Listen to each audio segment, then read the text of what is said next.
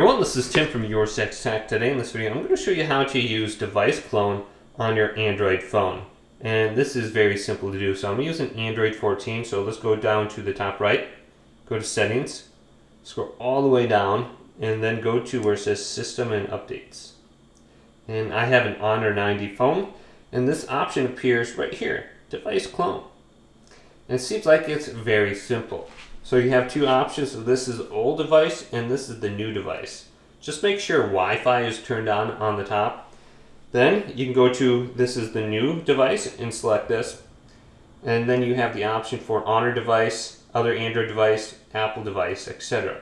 So if you go to other Android device, get your phone and just scan this QR code right here if it doesn't have the option in the settings. And this will open up the Google Store, and you just have to download that. And then you should be able to go to the other option here on the left where it says this is the old device. And you just have to scan that QR code. And then you should be able to transfer the data from this phone to the other phone.